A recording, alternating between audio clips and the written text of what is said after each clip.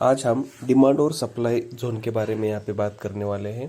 अगर आप मार्केट में काम कर रहे हो तो आपको डिमांड और सप्लाई जोन के बारे में मालूम होना बहुत ज़रूरी है, क्योंकि बहुत से ज़्यादातर ट्रेड जो होते हैं डिमांड और सप्लाई जोन के ही ऊपर होते हैं। और अगर आपको इसके बारे में नॉलेज ना हो ना तो आप इसमें बहुत से लॉस कर सकते हैं। तो चलिए देखते हैं आज यहाँ पे डिमांड और सप्लाई जोन क्या होते हैं। अब हम यहाँ चार्ट पे देखते हैं कि डिमांड और सप्लाई जोन क्या होता है।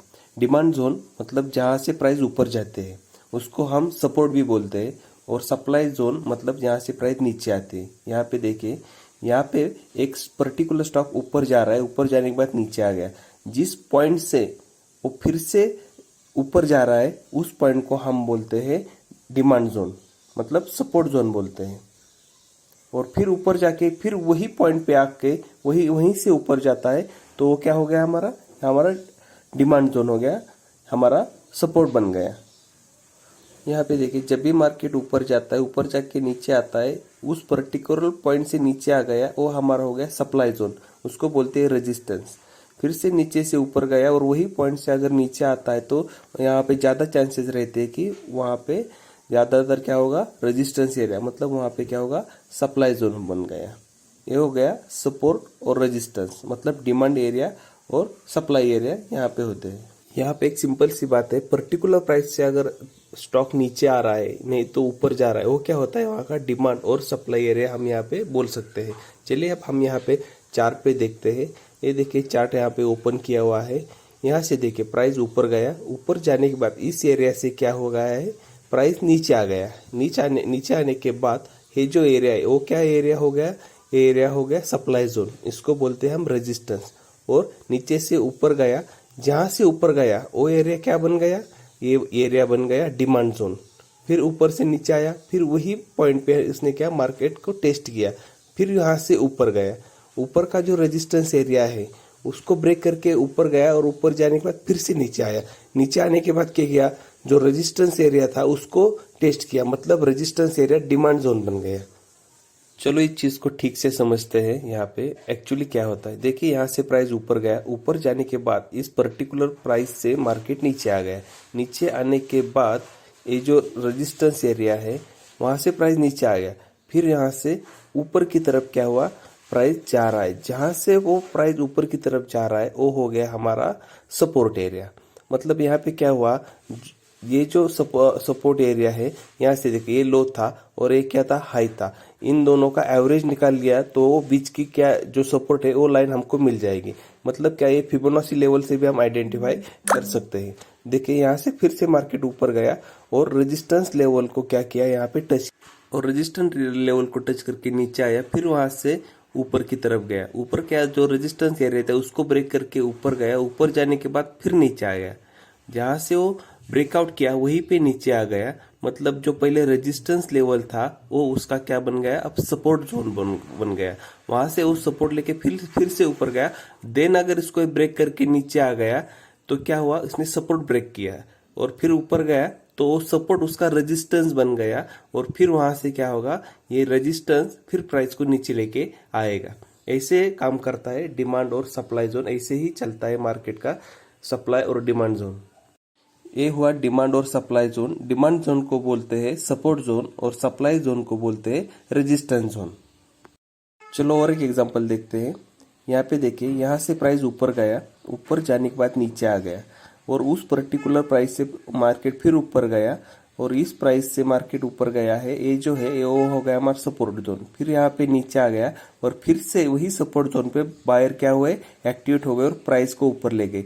ये जो रेजिस्टेंस एरिया था उस रेजिस्टेंस एरिया को ब्रेक करके ऊपर गया और फिर से नीचे आया, और यहाँ पे जो पहले रेजिस्टेंस था वो क्या बन गया, सपोर्ट बन गया। फिर ऊपर गया, फिर वहां पे क्या किया, ये मार्केट ने रिटेस्ट किया। ये देखिए ये जो लाइन है ये वो क्या बन गई, पहले रेजिस्टेंस थी, यहाँ पे क्या हो गई, सपोर्ट बन गई, और फिर प्राइस यहाँ से ऊपर की तरफ चल गई।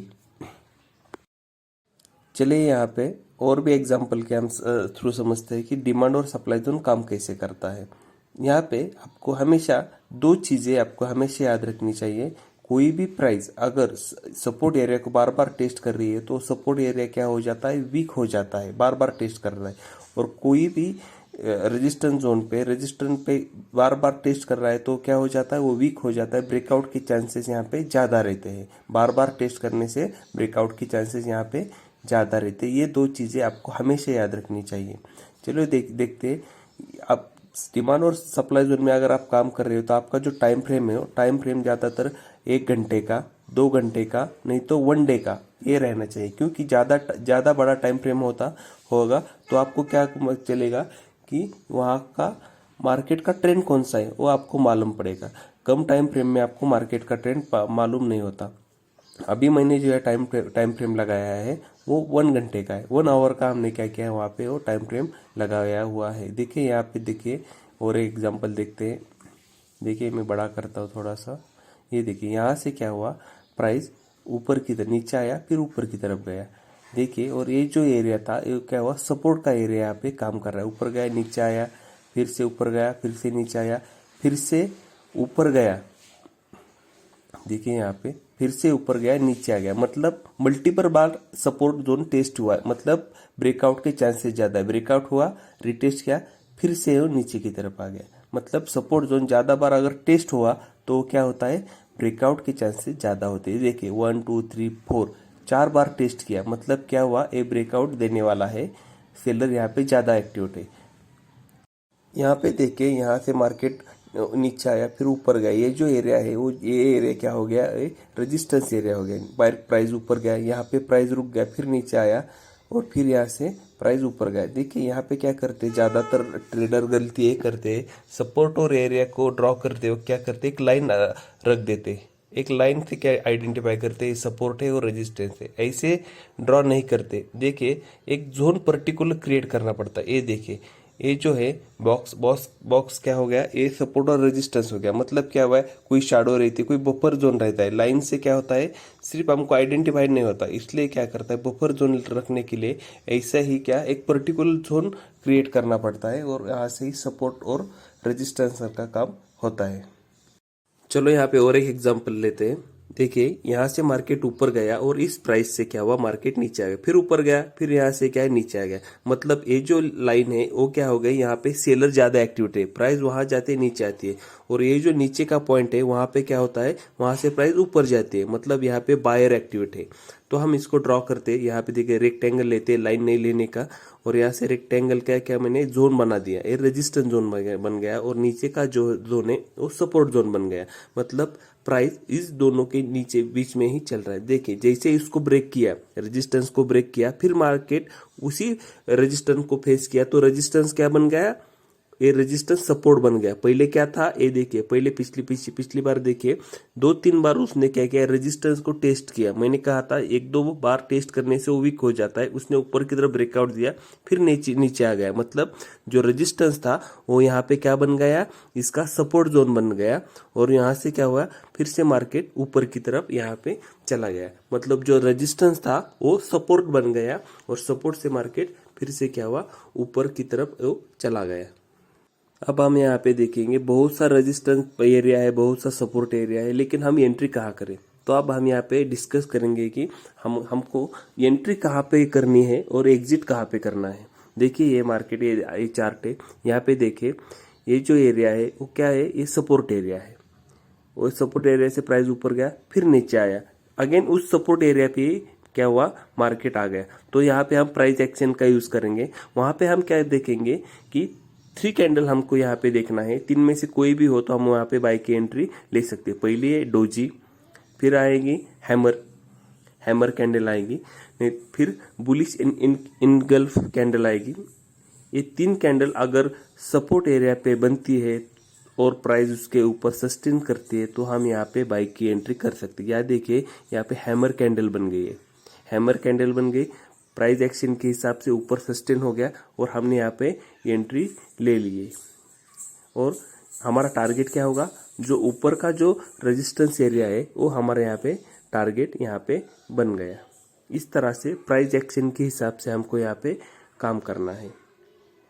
रेजिस्टेंस एरिया पे हमको 2 चीजें याद रखनी है।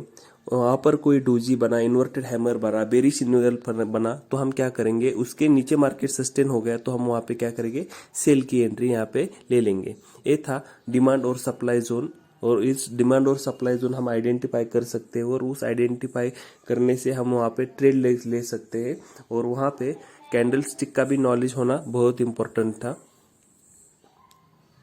ये था डिमांड और सप्लाई एरिया का प्राइस एक्शन का पार्ट। अगले पार्ट में भी हम दूसरा प्राइस एक्शन का पार्ट लेंगे। अभी तक के लिए थैंक यू।